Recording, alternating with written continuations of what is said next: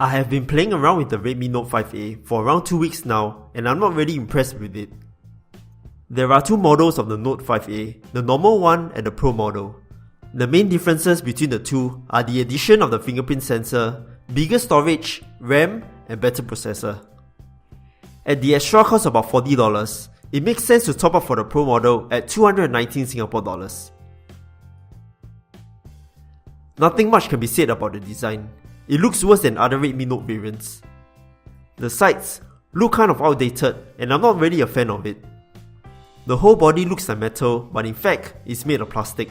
It's a puzzling choice as their Redmi Note 4 series costs nearly the same but has metal body all round. On the bright side, the phone feels solid and sturdy. The speaker at the bottom sounds really loud and is more than adequate for multimedia consumption. The fingerprint sensor is available on the Pro model and works just as well as its siblings. The Redmi Note 5A also comes with the usual features like the headphone jack, IR blaster for controlling home devices, and LED lights with no option to change colours.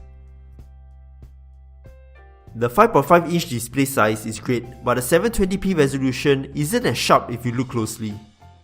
1080p would be a better choice for such a display size. One complaint is that, even with the brightness set to maximum outdoors, it's still readable, but it's not as bright as other displays I've used.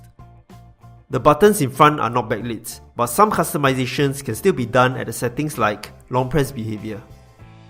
For the Pro model, it's available in two configurations: 64GB storage, 4GB of RAM, or 32GB of storage and 3GB of RAM. For the 32GB model, there is around 23GB free from the box. As usual, USB Otg is supported.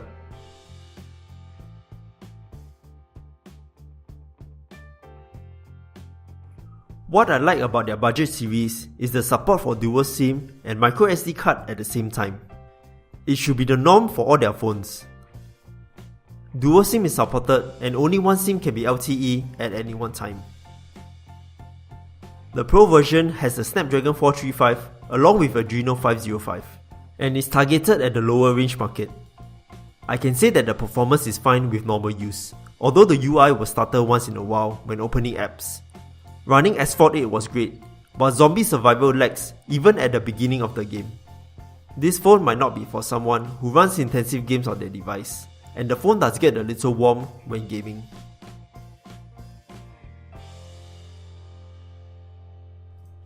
Benchmarks for Antutu and Geekbench isn't that great as well for this lower end chipset.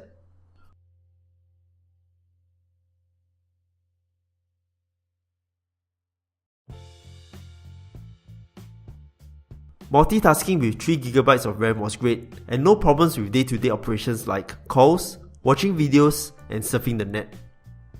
Wi-Fi and 4G speeds are adequate, but the Wi-Fi AC is missing on the Redmi Note 5A. Now, the phone is running Android 7.1.2 with MIUI 8.5, but there isn't any Google apps. Use the backup method as with the Mi 6 and Mi Note 3. The link will be in the description below. As far as I know, mostly the MIUI in different phones are similar in features, so head on to another video link to check out the software features for the Redmi Note 5A after this video. And hopefully MIUI 9 will be released soon so we can check out the new features together. Again, for the record, the lag at the settings page is still there. Xiaomi, please fix. Now, for the battery, 3080 seems like a fair size for a 5.5-inch screen.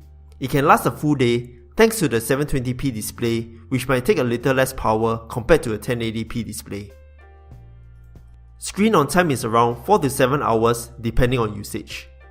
For my use, phone is unplugged for around 12 hours and will have around 10 to 25% battery left at the end of the day. It seems lesser than what I experienced on other Xiaomi phones. There isn't any quick charge and that's to be expected, but the charger is rated 5V 2A, that helps a little. It takes roughly around 2 to 3 hours to charge from 0% to 100%. If you want to try pushing the battery more, the battery saver mode is there, but it turns off sync and such to prolong battery life. Talking about the camera, there is a 12MP back-facing shooter and a 16MP front camera with the usual camera modes, filters, and a dedicated HDR toggle. I felt that I didn't really have much fun with this camera as with other Xiaomi phones. Photos in daylight are a little dull to me, and it takes longer to focus as well. Night shots are pretty grainy in both HDR and HHT, and also has difficulty focusing quickly.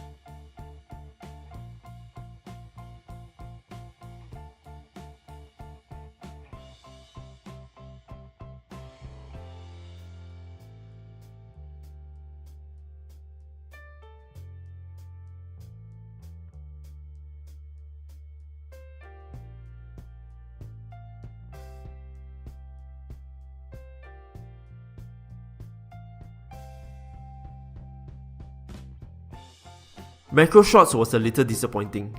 I couldn't get close enough to get a clear shot, and I needed to take multiple times to get it right. Digital zoom was fine, but don't expect it to be clear.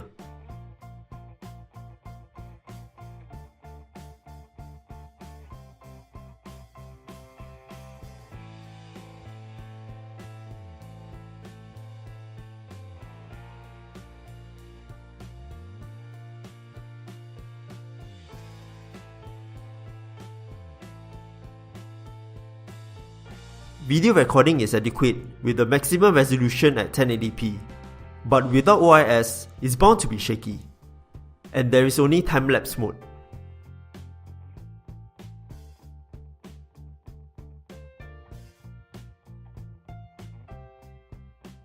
Front-facing selfies is fine during daytime, but it can sometimes get overexposed, and night shots tend to be a little grainy as well.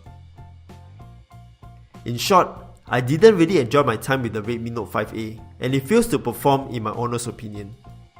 Not that this phone has no good points, but simply the cons overshadow the pros. If you are considering this phone, give it a second thought.